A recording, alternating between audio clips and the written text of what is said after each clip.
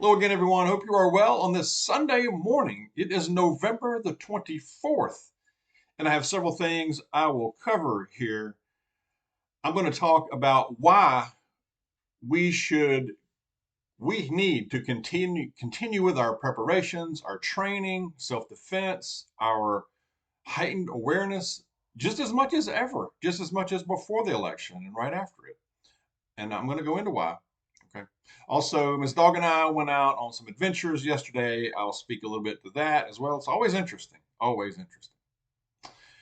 Also, I have a updated board. I will share that in a few minutes. Also, what else?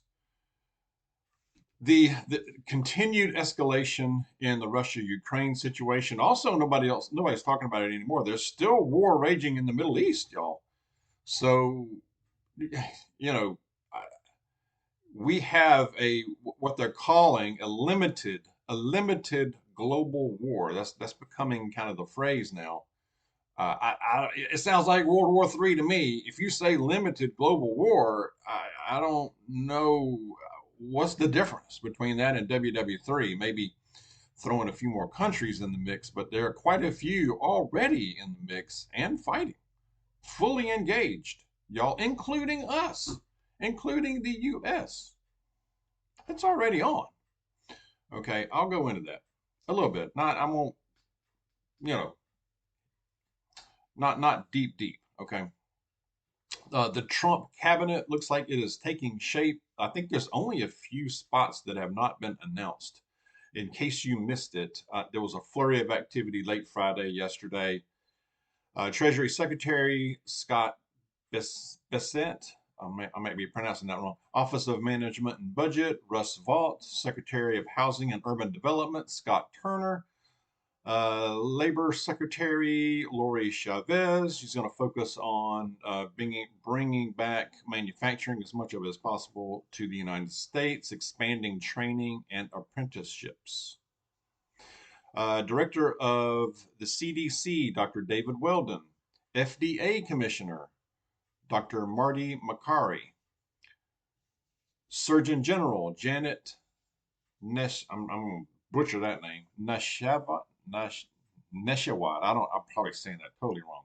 Dr. Janet's going to be the Surgeon General, it looks like.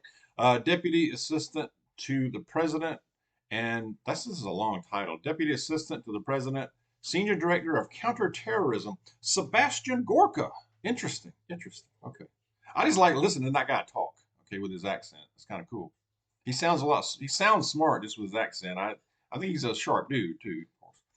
Principal Deputy National Security Advisor Alex Wong. I know nothing about that one. Agriculture Secretary Brooke Rollins. Okay. I just wanted to throw that out there. All right. What else? Ms. Dawg and I went out. We went to I'd say local, not terribly far from us, an outlet mall, not not next town over. So, and we were doing some Christmas shopping, a little bit of that. We don't go full bore. We don't do like we did in the past. As far as between us two, we keep that minimalistic. I mean, if we, you know, I, when we really need something, we got to have it. We just get it. So, but there's some things. Not all out. But anyway, we did a little shopping, and we need to. And there was a lot of people out, y'all. It was, and I understand it's a Saturday. Christmas shopping is in full swing. We're going into a Thanksgiving week. So yes, retail, I'm sure, is picking up, and the stores were pretty busy. Um, and all kind of people are out there, okay, all kind of people. And it was a good reminder of why it's good to go with somebody else and not by yourself, if possible, because there were times when we both noticed people watching us, and there was a time we were getting in the car, going after going to the last store, we were getting back in the car. Miss Dawg was like, "Look over your right shoulder and lock the door right now," and I missed them. I missed that one. but she had caught it and was watching them. I was not even aware, but there are times when it's the opposite. So when you have an extra pair of eyes, that was a great example of it, because she saw them and she's looked over your right shoulder while locking the door. We got back in and some guys were walking to right over our right side of our car, walking the parking lot, just walking the parking lot. Looked a little, it's hard to tell. I hate to judge, but you just got to be careful these days. Looked a little shady, but they were looking. They were doing a lot of watching. And she said they've been watching us since we walked out the store, and we park far off because so we can walk. Get our bodies walking more. We don't park right next to the store. We try to walk as much as possible. We got a lot of it in yesterday. But that's just an example. Keep aware, go in pairs or more if you can. Hey, take the family, take the kids, take more eyes the better. But we need to keep aware. I know we were in a different store and there was some younger guys watching us. No, there was a lady with them, but it looked like a family, but I don't know. I mean, they were really watching us a lot, and I'm like, I looked at them too. I'm like, okay. But like I see you too, and I mean it could have been totally harmless, but you just don't know these days. You just never know. But overall, it was good. I mean, we got some needed things, some needed type, just necessities, necessity type clothing. I think we're going into winter. Depending on where you live, look at your provisions. Your shoes, your winter weather stuff. We just don't know what's around the corner. I know most people are on the high from Trump got elected. Everything's going to change. He's going to write everything. It's going to be 2017, 2018 again. I don't know. I mean, we got to get to January 1st, late January. We are still under this current regime. Gasoline didn't go back to $1.50 a gallon after November 5th, did it? I mean, it's still high. The cost of groceries are still high and still going up, and that's going to continue. So more than ever, we need to keep preparing, keep training, self-defense. Ms. Dawg and I were talking about a bit about that last night. What else can we do to shore up self-defense? What can we improve? There's improvement to be made. More training. Maybe we need to get more staplers for the more staples for the stapler, if you know what I mean, and practice with our staplers. So there's that. So I think we just need to keep that up, because I think there's a tendency to get complacent, and I fight that too. I need to train more. So I include myself into that. You know, um, we're going into a holiday week. When you're out and about, the predators are, they're at their heightened level too, because more people are out and about. People aren't paying attention. I see people walking around totally oblivious, looking at their phones. Their purse is not secured. People with carts rolling around in carts with a purse just sticking out there. They turn their backs and grab something on the aisle, and I'm like, oh Lord. Lord, I could have grabbed that. A thief could have grabbed that in a moment. I feel like saying, "Hey, you need to secure that," but I don't. I just watch. I'm not gonna say anything. You never know these days. I might just go nut job on you or something. We don't know. But pay attention out there.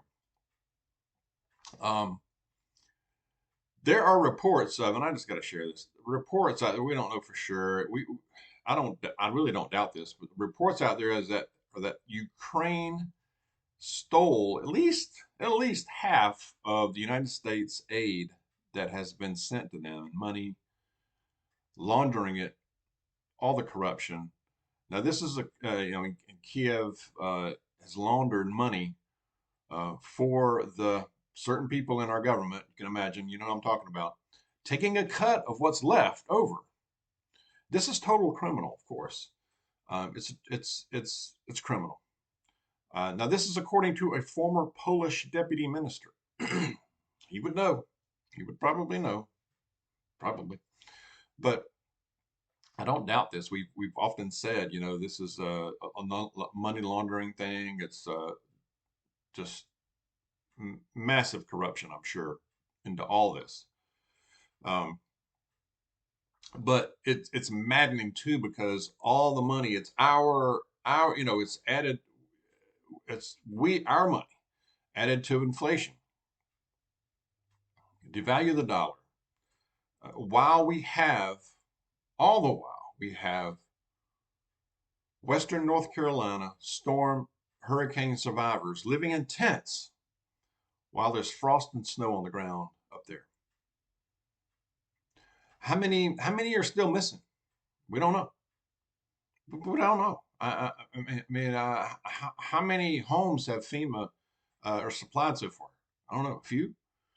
Um, so all this aid, all this money goes to the Zster, the Z-man, and we still are being crushed by inflation, high prices on everything, people struggling, people that need a vehicle can't afford a vehicle, can't afford housing, the rent, the insurance, health care, needing certain health care things done, procedures, struggling with that, medications. The list is lengthy, Um, not one thin dime more to them. If I were coming in charge, no, I would do everything in my power to not let one thin dime of ours go over there again. No more, no more. I mean, it's a tragedy and it's absolutely criminal. People need to be held accountable to the fullest extent. I'm not gonna, I'm not gonna, you know what I mean there. They need to end this dang war over there if they can. And I hope Trump can. I hope he can have big influence on that. I believe he will. Uh, and there needs to be people on trial for this. There really does. There's so much going on there. I believe, and this further escalations going on over there in this region. Uh, Ukraine continues to fire these longer range missiles can continue crossing the red line of Putin. This has kept going on this weekend. Um, you have a limited global war, they say. Iran, China, North Korea is on the sides are lined up. You've got what, 10, 11,000 North Korean troops involved in the fight now. On the other side, you've got much of Europe, Western Europe, NATO, United States, Ukraine, of course. Escalations just continue, y'all. Now, and Putin has said that he planned, there's reports that they plan to use ICBM strikes on NATO, intercontinental ballistic missiles. They've threatened to bomb United States bases in Poland. This is what Putin is saying now. I believe, is this going to blow up into just totally out of control? It has the potential. I have to believe that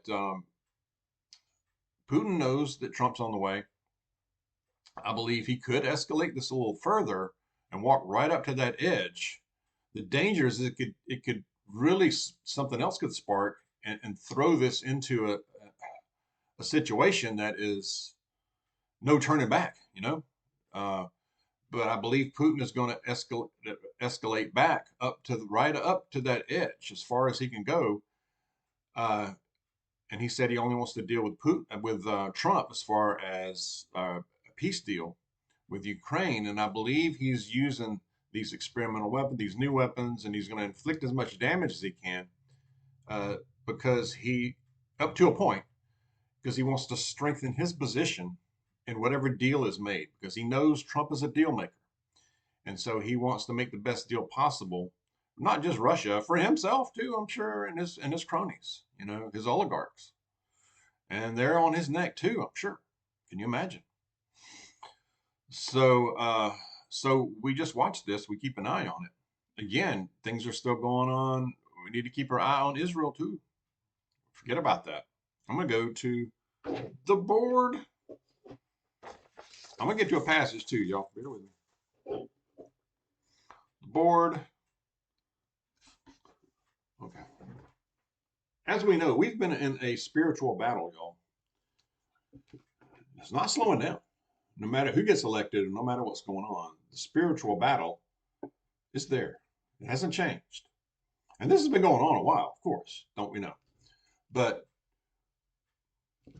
the real target here, the real target is us, you know, our children and our grandchildren and future generations. That's the real target. We know who is coming after us, but Satan uses a lot. He uses a lot of tools, uses a lot of people, and these are just some of the ones that I could think about. And that's probably I know that's not everything that should be on that list. These are just the ones that I thought about. Tell me in the comments who I'm missing out on. Standing in the way of this is, I think, in the middle. The Lord our God. And that's if they can chip away at that, if they can eliminate this, and if they can eliminate our faith, put faith down, then they have a more direct route to us. And that's what they want. They want you to worship the state. They want you to worship popular culture. They want you to worship them, not the Lord. And so they use all of these things to brainwash, false teachings, popular culture, the school systems. I know not all of it, but a lot of public school systems, universities, there's a lot of brainwashing going on. Even down to they attack the denominations in the churches, the organized religion.